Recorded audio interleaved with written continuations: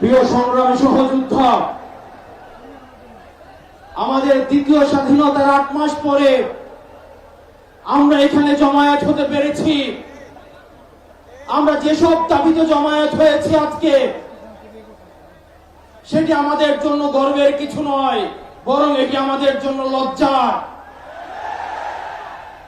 ৫ই আগস্ট সিদ্ধান্ত হয়ে গিয়েছে হাসিনার পুনর্বাসন আওয়ামী লীগের পুনর্বাসনের প্রতি সারা বাংলাদেশের মানুষ রেড কার্ড দেখিয়ে দিয়েছে। ৫ই আগস্ট ৫ই আগস্টের পরে ৫ই আগস্ট আমরা সিদ্ধান্ত জানিয়ে দিয়েছি, এই ভূখণ্ডে আওয়ামী লীগের আর পুনর্বাসন হবে না। যেই আওয়ামী লীগ আমাদের দাড়ি টুপিওয়ালা ভাইদেরকে বাইতুল মুকাররমের সামনে থেকে টেনে টেনে রাস্তায় নামিয়ে এনেছিল, সেই আওয়ামী লীগের আর পুনর্বাসন হবে না।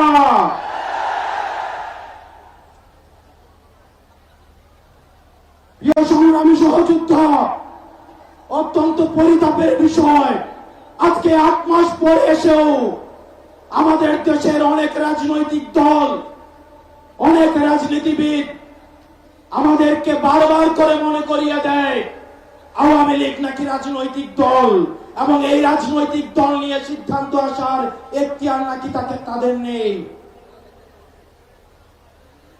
ডক্টর মোহাম্মদ ইউনূস গত কিছুদিন আগে বলেছেন আগামী নির্বাচনে আওয়ামী লীগ অংশগ্রহণ করবে কি করবে না সেটি সিদ্ধান্ত নাকি আওয়ামী লীগের।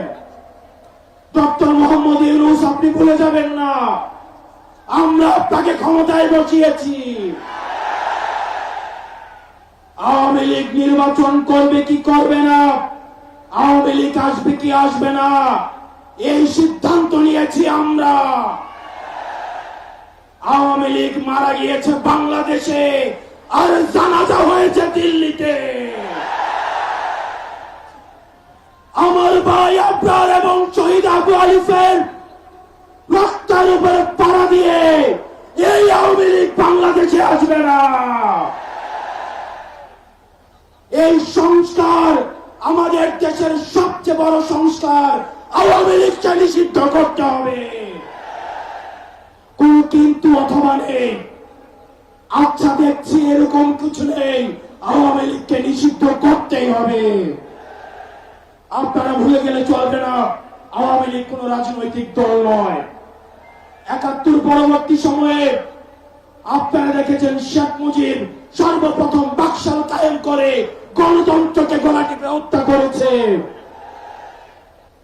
এই বাকশালী দিয়ে ৩০,০০০ জাসদ কর্মীকে হত্যা করে সারা বাংলাদেশে কসাইতন্ত্র কায়েম করেছে। আওয়ামী লীগের লুটপাটের কারণে আপনারা দেখেছেন ৭৪-এর দুর্ভিক্ষে ১৫ লক্ষ মানুষ মারা গিয়েছে। আমরা বারবার করে বলতে চাই, আওয়ামী লীগ কোন রাজনৈতিক দল নয়। আওয়ামী লীগ হচ্ছে একটি সন্ত্রাসী সংগঠন। এই সন্ত্রাসী সংগঠনকে নিষিদ্ধ করার মধ্য দিয়ে আমরা সংস্কার দেখতে চাই।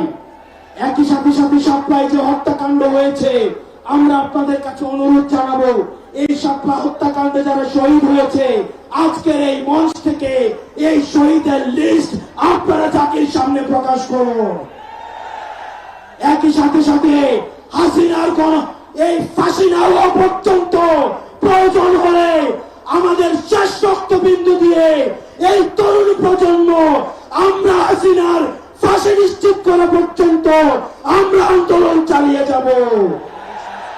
এবং নারী সংস্কার নিয়ে যেই কনসার্ন আপনাদের কাছ থেকে এসেছে, আমরা চাই ডক্টর মোহাম্মদ ইউনূস এই কনসার্নগুলোকে আপনি অতি সত্বর অ্যাড্রেস করবেন, এবং অপ্রয়োজনীয় যে সংস্কারগুলো রয়েছে সেটিকে পাশ কাটিয়ে প্রয়োজনীয় যে সংস্কারগুলো রয়েছে, যেটির মধ্য দিয়ে নারীদের অধিকার নিশ্চিত হয়, যেটির মধ্য দিয়ে নারীদের সম্মান নিশ্চিত হয়, এবং আমাদের দেশের ধর্মীয় এবং কালচারাল সাংস্কৃতিক যে সম্মান অক্ষুণ্ণ থাকে, সেই অধিকারগুলো, সেই সংস্কারগুলোতে আপনাকে জোর দেওয়ার জন্য আহ্বান জানাচ্ছি।